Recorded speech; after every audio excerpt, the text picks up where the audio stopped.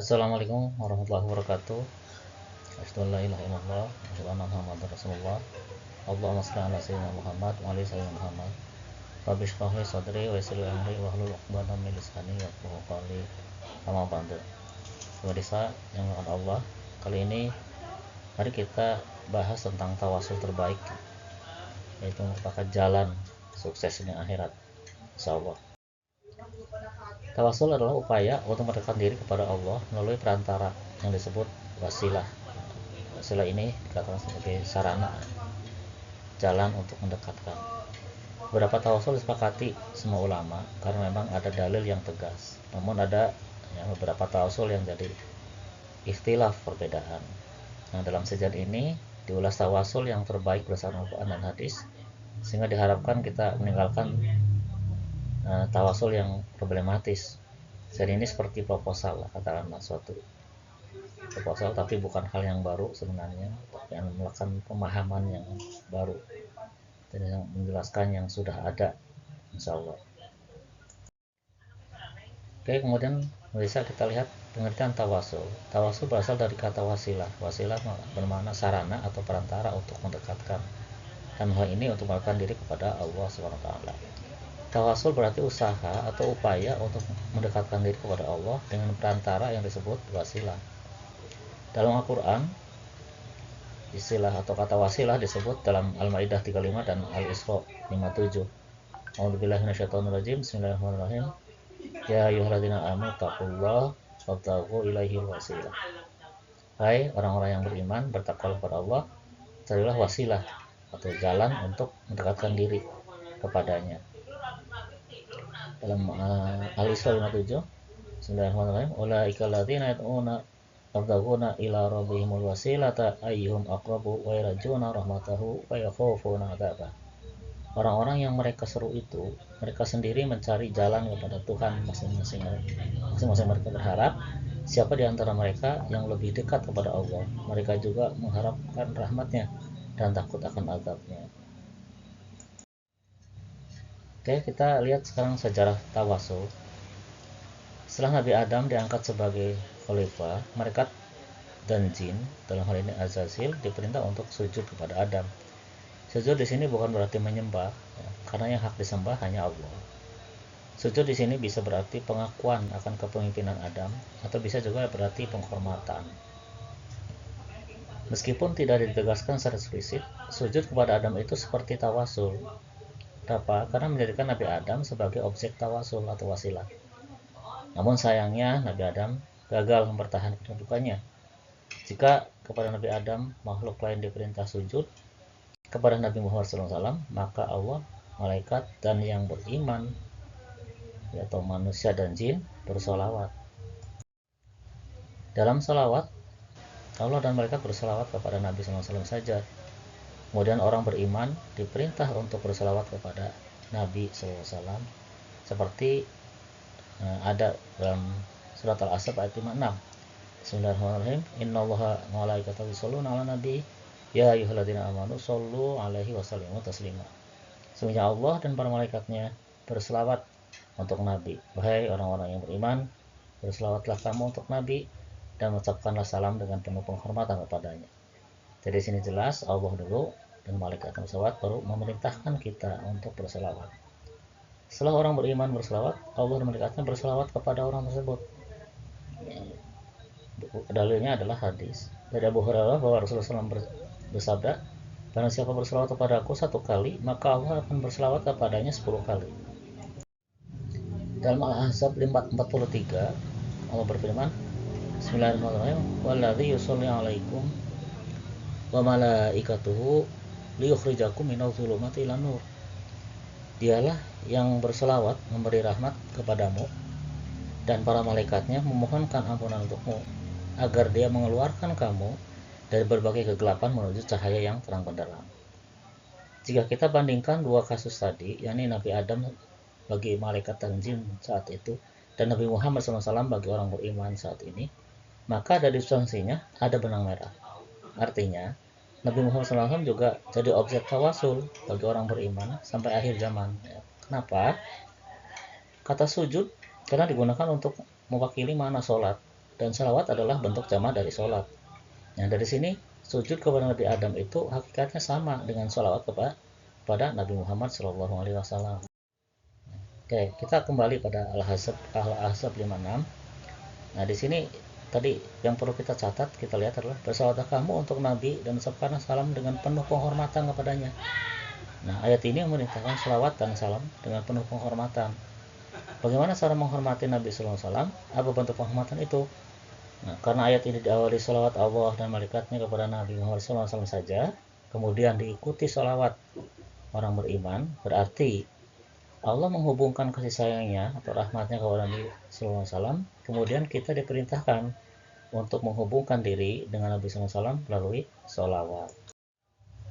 Jadi bentuk penghormatan kepada Nabi SAW adalah menempatkan Nabi SAW sebagai orang pertama di sisi Allah, baru kemudian kita. Nah, kita lihat dalam Al-Ahzab 6. Bismillahirrahmanirrahim.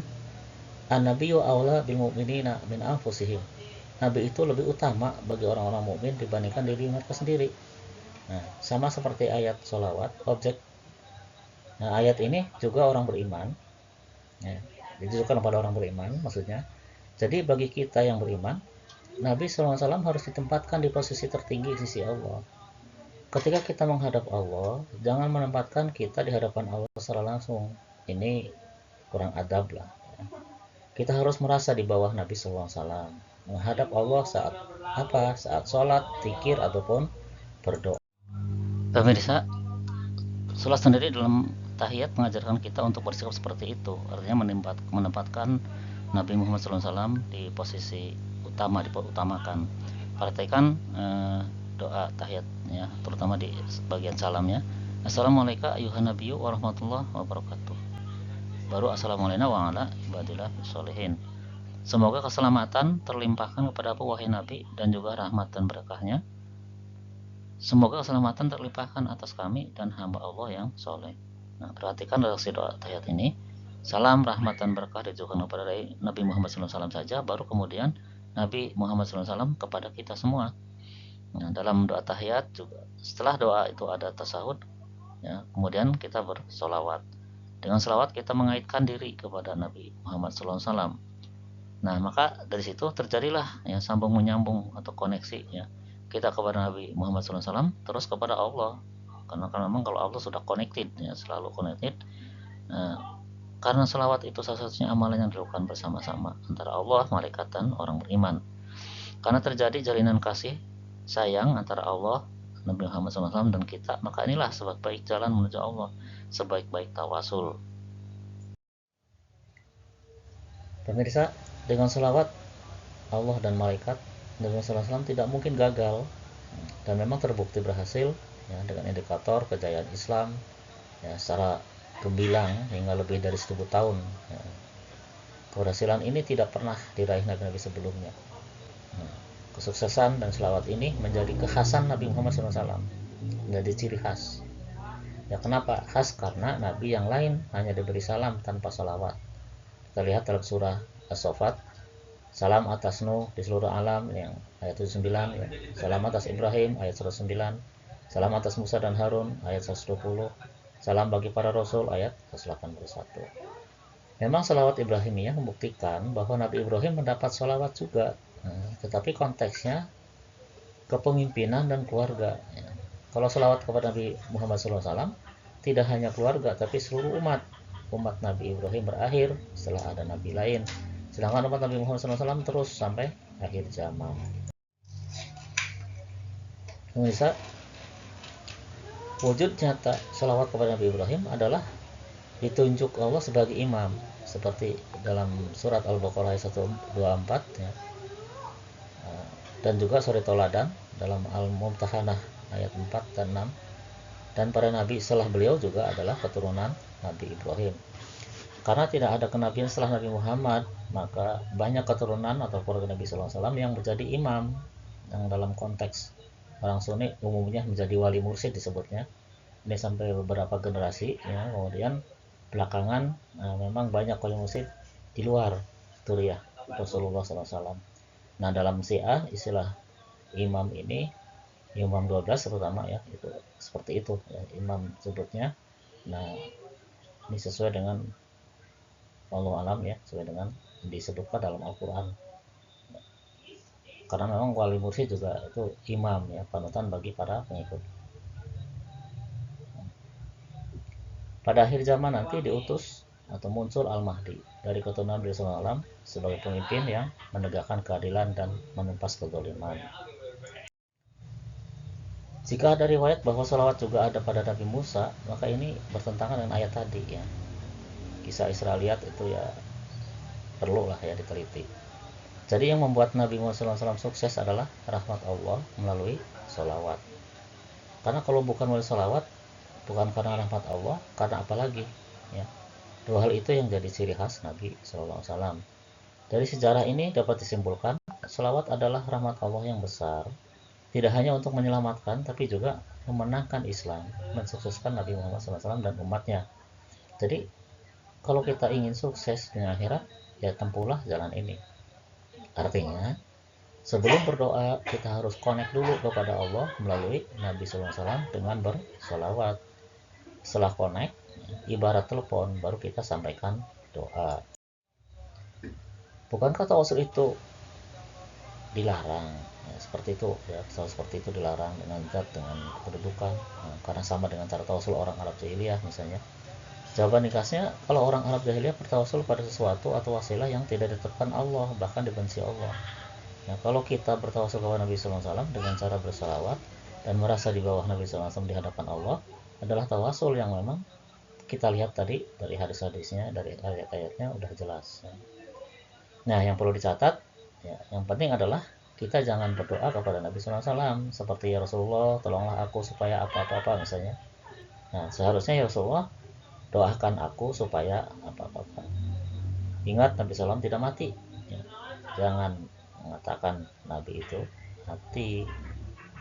Nah, tawasul dengan kedudukan dan dengan zat itu dilarang kecuali kedudukan Nabi SAW yang memang ditetapkan oleh. Lalu, bolehkah tawasul kepada Nabi SAW dengan cara kita didoakan Nabi SAW yang sudah wafat? Nah, Allah menegaskan, yang mati di jalan Allah itu hidup, termasuk para nabi. Para suhada aja hidup, apalagi para nabi. Karena para nabi itu mati di jalan Allah. Nah, lihat Al-Baqarah 154 dan Ali Imran 169. Bedanya dengan kita yang masih hidup, dalam tanda petik ya, adalah bahwa kita masih gentayangan istilahnya di muka bumi dengan jasad. Sedangkan mereka tanpa jasad. Ya. Namun, jasad mereka itu juga masih utuh dalam pelukan bumi. Dalam pandangan Allah, semua makhluk itu hidup, kecuali yang tidak bertasbih, berzikir kepadanya. Langit, bumi, dan gunung itu hidup. Kalau tidak hidup, mana mungkin Allah menawarkan amanah kepada mereka. Ya, lihat Al-Ahzab ayat 72, lihat. Pemirsa, bagaimana cara tawasul yang baik? Pertama, ingat bahwa Nabi masih hidup. Ya, yang kedua, Nabi Muhammad SAW itu penghulu para nabi, orang yang menempati kedudukan tertinggi di sisi Allah. Apa buktinya? Yaitu peristiwa Mi'raj, ya, di mana Rasulullah sampai di posisi yang tertinggi lah. Kita lihat riwayatnya dalam hadis-hadis. Kemudian kita lihat juga dalam surat An-Najm ayat 13-18. Ketiga, Nabi Muhammad SAW diutus Allah menjadi rahmat. Nah, kita lihat di Al-Anbiya 107. Keempat, rahmat adalah kasih sayang Allah. Nah, kalau kita disayang Allah, semua cita-cita, hajat kita terkabul ya, tentu dengan beberapa catatan. Kelima, salawat itu dilakukan bersama ya, antara Allah, malaikat, dan orang beriman. Allah dan malaikat terus berselawat, berarti Allah dan malaikat terus online istilahnya ya, tapi kita lebih sering offline ya. Jadi salawat itu operator yang handal. Ketika kita berdoa tanpa salawat, sama seperti kita ngirim pesan dalam keadaan offline. Nah, tentang satu, kita lihat hadis berikut. Telah mengabarkan kepada kami, langsung aja isinya, dari Umar bin Khattab, dia berkata, sesungguhnya doa akan terhenti di antara bumi dan langit, ia tidak akan naik sehingga kamu berselawat kepada Nabi-Mu Shallallahu Alaihi Wasallam. Hadis riwayat Imam At-Tirmidzi di sumber saya di nomor 448. Jadi kalau ingin cepat, gunakan jaringan yang full online 24 jam sehari ya, yang bebas gangguan. Nah, itulah sholawat. Secara rinci, cara tawasul yang baik adalah sebagai berikut. Pertama, kontak ya, connect dengan Allah dengan cara menghidupkan hati kita dengan fokus ingat pada Allah. Kemudian seru Allah dengan Asmaul Husna, ya, pilih yang tepat dengan doa kita. Tapi yang penting adalah ya Rohim, ya Arhamar Rohimin, ya Qadir, ya Karim, dan seterusnya kalau perlu ditambahkan ya. Sampai di sini sepertinya Allah masih melihat kita sebelah mata. Kenapa? Kita masih belum menyertakan Rasulullah Sallallahu Alaihi Wasallam. Untuk itu baca sholawat, ya. Artinya kontak Allah melalui Nabi Sallallahu Alaihi Wasallam. Minimal sholawat Jibril, Sallallahu Alaihi Muhammad, Sallallahu Alaihi Muhammad. Nah, kemudian rasakan bahwa kita sedang menghadap Sang Maharaja Allah Subhanahu Wa Taala, di belakang Sang Kekasih Nabi Sallallahu Alaihi Wasallam. Ya. Saat inilah kita sedang full connected istilahnya ya, sedang benar-benar nyambung dengan Allah, dan Allah pun sedang full connected dengan kita. Nah, baru disitulah kita sampaikan doa kita, hajat kita. Kemudian setelah kita berdoa, akhiri dengan sholawat lagi ya, untuk yang tadi itu, supaya doa kita tidak ngegantung di atas ya. Dan alhamdulillah ini sebagai bentuk offline dari Nabi ya, salam kita istilahnya udah perpisahan ya, permisi gitu ya. Kemudian alhamdulillah juga istilahnya permisi dari Allah ya, offline gitu istilah. Pemirsa yang mohon Allah, itu semua adalah ya benarnya dari Allah, salahnya mungkin atas kebodohan penulis, bukan mungkin ya, tentunya adalah atas kekurangan penulis. Nah, sejauh ini mungkin akan mulai banyak persoalan barangkali ya, banyak pertanyaan, banyak apalah misalnya. Anggap saja sebagai usulan untuk mencari jalan tengah di antara perbedaan pendapat tentang tawasul. Nah, mari kita diskusikan dengan dalil dan akal sehat. Mudah-mudahan bermanfaat. Wassalamualaikum warahmatullahi wabarakatuh.